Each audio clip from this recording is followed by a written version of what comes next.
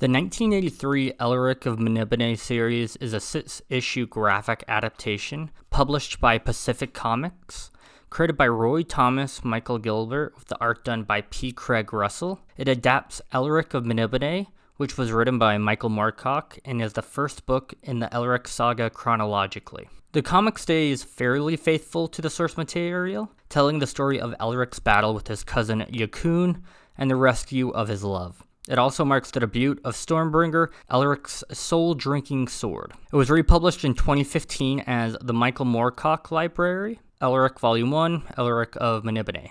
There's a lot to enjoy in this adaptation in both story and art. You have cool elementals that Elric summons, a ship that sails both land and sea, and some really well-done dynamic action scenes.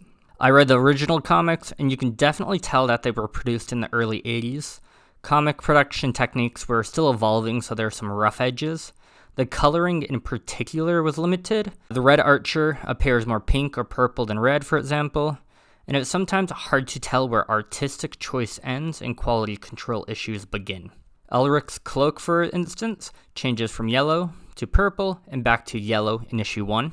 Issue 2 even opens up with a page acknowledging the production issues in the first issue. Unfortunately, issue 2 also had a pretty glaring mistake. 2 pages are printed out of order. One moment Elric is stabbing a man, and the next, the man who was stabbed is jumping in the air, when it should clearly be the other way around. Also, there is some text that is rather fuzzy and hard to read. You mainly see these problems in the first 2 issues.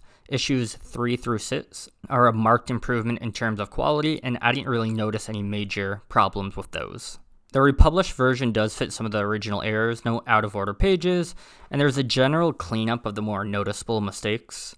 I've heard some readers say the colors in the republished edition aren't as vibrant as the original comics, but honestly, the original coloring in the comics wasn't all that vibrant to begin with. I would say the only reason to seek out the original comics is the cover art. Issue 3 is my personal favorite. Plus, there's something charming about the old ads, reader fan mail, and the editorial notes included in the original run. But if that kind of nostalgia doesn't interest you, the 2015 reprint hardcover is probably the better option overall. It's most likely going to be a little cheaper. It looks great on a bookshelf because it is hardcover, and then it's easier to revisit since it's all in one volume, as opposed to comics which are usually boarded and in multiple issues. So I would recommend the 2015 hardcover over the comics.